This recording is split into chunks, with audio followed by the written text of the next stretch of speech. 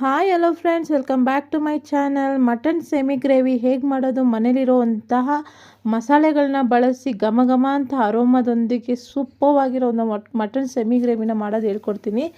ಮೊದಲಿಗೆ ಮಸಾಲ ರೆಡಿ ಮಾಡ್ಕೊಳ್ಳೋಣ. 1 table spoon ಜೀರಿಗೆ, 4ರಿಂದ 5 ಲವಂಗ, 4ರಿಂದ 5 ಪೀಸು ಚಕ್ಕೆ, ಕಪ್ಪು ಮೆಣಸು ಮತ್ತು ಸೋಂಪು ಇವೆಲ್ಲನೂ ಚೆನ್ನಾಗಿ ಗಸಗಸೆ 1 ಟೇಬಲ್ ಸ್ಪೂನ್ ಹಾಕಿ ಸ್ವಲ್ಪ ಕಲರ್ ಬರೋ ತನಕ ಹುರ್ಕೊಬೇಕು. ಸ್ವಲ್ಪ ಕಲರ್ ಬಂದ ನಂತರ ಇದು ಪುಡಿ ಮಾಡ್ಕೊಬೇಕು. ಇದೇ ಮೇಯ್ನ್ ಮಸಾಲ ಆಗಿರೋದ್ರಿಂದ ನೀವು ಮರೆಯದಲ್ಲೇ ಇಂಗ್ರೀಡಿಯೆಂಟ್ಸ್ನ ಯಾವುದನ್ನು ಸ್ಕಿಪ್ ಮಾಡಿದಾಗೆ ಪುಡಿ ಮಾಡ್ಕೊಳ್ಳಿ. ಇದನ್ನ ಹೇಗೆ ಒಗ್ಗರಣೆ ಮಾಡೋದು ಅಂದರೆ, ಮೊದಲಿಗೆ ಒಂದು ಕುಕ್ಕರ್ನ ನಾನು ಸ್ಟವ್ ಮೇಲೆ ಇಟ್ಟಿದ್ದೀನಿ. ಇದರಲ್ಲಿ 3ರಿಂದ 4 ಟೇಬಲ್ ಸ್ಪೂನ್ ಆದಷ್ಟು ಎಣ್ಣೆ ಹಾಕ್ಕೊತಾ ಇದ್ದೀನಿ.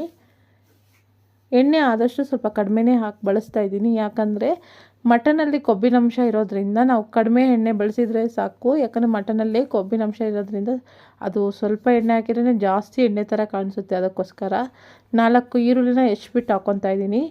1 ಇಡೀ ನಾಟಿ ಕರಿಬೇವಿನ ಸೊಪ್ಪು ಹಾಕ್ಕೊತಾ ಇದ್ದೀನಿ. 2ರಿಂದ 3 ಟೇಬಲ್ ಸ್ಪೂನ್ ಆದಷ್ಟು ಶುಂಠಿ ಬೆಳ್ಳುಳ್ಳಿ ಪೇಸ್ಟ್ ಹಾಕಿ ಈ ಥರ ರೋಸ್ಟ್ ಮಾಡ್ಕೊತಾ ಇದ್ದೀನಿ.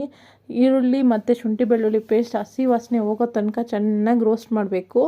ಅರಿಶಿನ ಪುಡಿ ಅರ್ಧ ಟೇಬಲ್ ಸ್ಪೂನ್, 2 ಟೇಬಲ್ ಸ್ಪೂನ್ ಅಚ್ಚ ಖಾರದ ಪುಡಿ ಹಾಕ್ಕೊತಾ ಇದ್ದೀನಿ.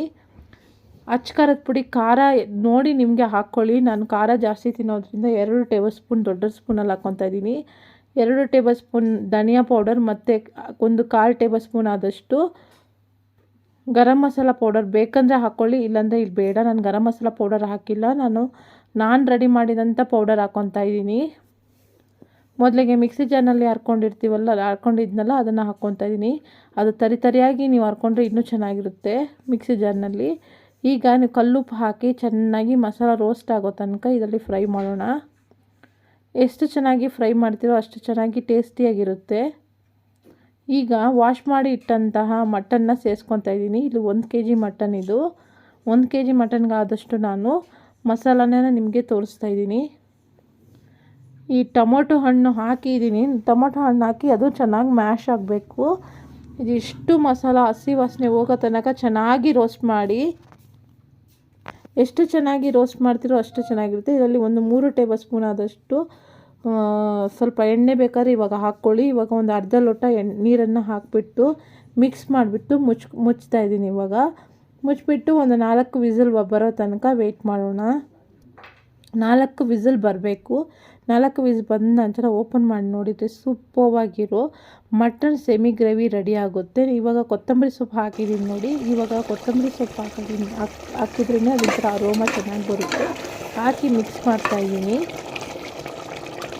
ನೋಡಿ. ಇವಾಗ ನೀರೆಲ್ಲ ಫುಲ್ಲು ಡ್ರೈ ಆದರೆ ಅದು ಡ್ರೈ ರೋಸ್ಟ್ ಆಗುತ್ತೆ. ಸೆಮಿ ಗ್ರೇವಿ ಥರ ನಿಮಗೆ ಗ್ರೇವಿ ಬೇಕು ಈ ಸ್ಟೇಜ್ನಲ್ಲಿ ಸ್ವಲ್ಪ ಮತ್ತೆ ಕೊತ್ತಂಬರಿ ಸ್ವಲ್ಪ ಉದುರಿಸ್ಬಿಟ್ಟು ಸ್ಟವ್ ಆಫ್ ಮಾಡಿದ್ರೆ ಸೆಮಿ ಗ್ರೇವಿ ಆಗುತ್ತೆ.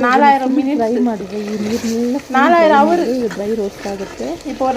ಮಸಾಲಾನೇ ಸಾಕು. ಒಂದೇ ಮಸಾಲ 2 ನೀವು ರೆಸಿಪಿನ ಮಾಡ್ಬೋದು. ಈ ರೆಸಿಪಿ ಇಷ್ಟ ನೀವು ಸಹ ಮನೇಲಿ ಟ್ರೈ ಮಾಡಿ ನೋಡಿ. ಹೇಗೆ ಬಂತಂತ ಕಮೆಂಟ್ ಬಾಕ್ಸಲ್ಲಿ ತಿಳಿಸಿ. ಈ ರೆಸಿಪಿ ಇಷ್ಟವಾದಲ್ಲಿ ಲೈಕ್ ಮಾಡಿ, ಶೇರ್ ಮಾಡಿ, ಕಮೆಂಟ್ ಮಾಡಿ, ಮರೆಯದೇ ಸಬ್ಸ್ಕ್ರೈಬ್ ಮಾಡಿ, ಬೆಲ್ ಐಕಾನ್ ಆಲ್ ಅಂತ ಕ್ಲಿಕ್ ಮಾಡಿ.